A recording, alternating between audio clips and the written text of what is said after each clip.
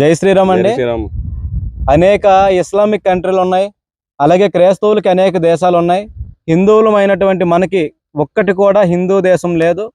ఇటువంటి సంపద, ఈ దేశ సంపద, ఈ దేశ సంస్కృతి, మన హిందువుల్ని, మన ఆడవాళ్ళని, మన గుడుల్ని, మన గోపురాలని కాపాడుకోవాలంటే ఒక్కటైనా హిందూ దేశం ఉండాలి.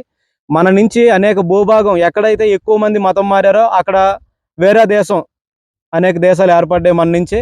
అలా కాకుండా ఇక ముందు ఉండాలంటే ఇప్పటికే సెక్యులర్గా బాగా ఎక్కువైపోయారు కనుక ఈ ఉన్నటువంటి భారతదేశాన్ని హిందూ దేశంగా ప్రకటించాలి. ప్రకటించకపోతే మేమెవరం హిందువులు ఎవరం ఊరుకోము, హిందూ దేశంగా ప్రకటించే తీరుతాము.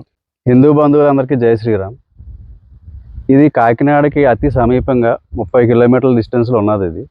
సో ఈ బౌద్ధ స్తూపం అనేది ఎన్ని వేల సంవత్సరాల క్రితం నుంచి ఉన్నది. సో ఇది మనం ఏం చేయాలంటే మన పిల్లలకు కూడా ఇట్లాంటివి తీసుకొచ్చి ఇలాంటి ఆర్కియలాజికల్ స్ట్రక్చర్స్ని చూపిస్తే వాళ్ళకు కూడా ఒక అవగాహన ఉంటుంది. మనం ఏం చేస్తామని ఎంతసేపు మన బుక్స్ ఎట్లాగో మన పరిపాలించే వాళ్ళంతా కూడా 70 సంవత్సరాల నుంచి మన బుక్కుల్లో అంతా కూడా సెక్యులర్ అని రాసేసి ఎవడో మన దేశానికి వచ్చి పరిపాలించిన వాళ్ళందరూ మొఘల్సో తుగ్లక్సో వీళ్ళ పేర్లు రాశారు. కానీ మన భారతదేశంలో నిజమైన చరిత్రని ఎవరికి చెప్పకుండా దాచేసి ఆ బుక్స్ అన్నీ మార్చేసి మనకి ఏం చేస్తున్నామో మనకు తెలియట్లే. మన కల్చర్ ఏంటి, మన సంస్కృతి ఏంటి, మనం ఎలా ఉండాలి, ఎలా బతకాలి, మొత్తం అంతా కూడా మనకు తెలియకుండానే మార్చి పాడేశారు. సో ఇట్లా మిగిలిన వాటిని కూడా మన పిల్లలకి చెప్పుకోకపోతే రేపు ఇది కూడా మన పిల్లలకి ఏమీ తెలియదు. వాళ్ళు ఏమనుకుంటారంటే మనది ఇది కాదేమో, మనం అంతా వెస్ట్రన్ కల్చర్ ఏమో అనుకునే పరిస్థితికి వచ్చేస్తారు. మన హిందూ ధర్మం అంటే ఒక మంచి చెడు అన్నీ కూడా చెప్పేదే హిందూ ధర్మం. ఎలా బతకాలి, ఎలా తినాలి, ఎలా ఉండాలి అన్నీ చెప్పేదే మన భగవద్గీత. సో ఇవి వదిలేసి మనం ఎక్కడెక్కడికో పరుగులు పెడుతున్నాం, ఏదో వెస్ట్రన్ అంటున్నాం. ఈవెన్ వెస్ట్రన్ కల్చర్ కూడా మన హిందూ కల్చర్కే వస్తుంది. మనం చాలాసార్లు చాలా వీడియోస్లో చూస్తూ ఉన్నాం. యూఎస్లో కానీ ఎక్కడైనా కానీ లక్షల మంది హిందూ ధర్మంలోకి వస్తున్నారు.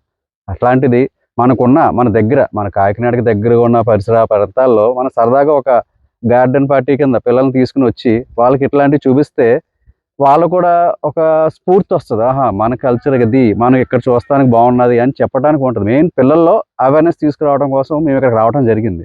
సో పిల్లలు మెయిన్ ఇప్పుడు ఒకవేళ ఒక వయసు వచ్చేసిన 60 సంవత్సరాలు 70 సంవత్సరాలు వచ్చేసిన వాళ్ళు ఉన్నారు. వాళ్ళు ఏం చేయాలి, వాళ్ళ పిల్లలకి వాళ్ళ మనవలకి చెప్పి మరి ఇక్కడ దగ్గరలో ఉంది, వెళ్ళండి, తీసుకెళ్ళండి, చూపించండి వాళ్ళు అవేర్నెస్ తీసుకొస్తే రేపు ఈ పిల్లలు పెద్ద అవుతారు, ఆ పిల్లలు అలాగా ఇది ఒక తరం తర్వాత ఒక తరం స్ప్రెడ్ అవుతుంది, బాగుంటుంది.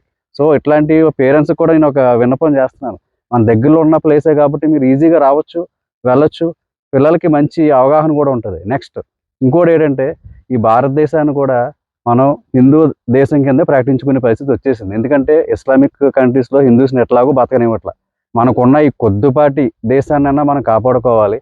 ఇందు మూలంగా మా అందరి కోరిక ఏంటంటే ఈ భారతదేశాన్ని హిందూ దేశంగా ప్రకటించాలని చెప్పి మా ప్రయత్నం, మేము పోరాటం చేస్తున్నాం. దీనికి హిందూ బంధువులందరినీ కూడా ఏకం చేసే ప్రయత్నం మొదలుపెట్టాం. సో అది ఎంతవరకు సక్సెస్ అవుతుంది అనేది మన హిందూ బంధువుల నుంచి వచ్చి రెస్పాన్స్ని బట్టి ఉంటుంది. సో రెస్పాన్స్ వచ్చినా రాకపోయినా మేము అన్నిటికీ తెగించి ముందుకు వెళ్తున్నాం. జై శ్రీరామ్. జై శ్రీరామ్.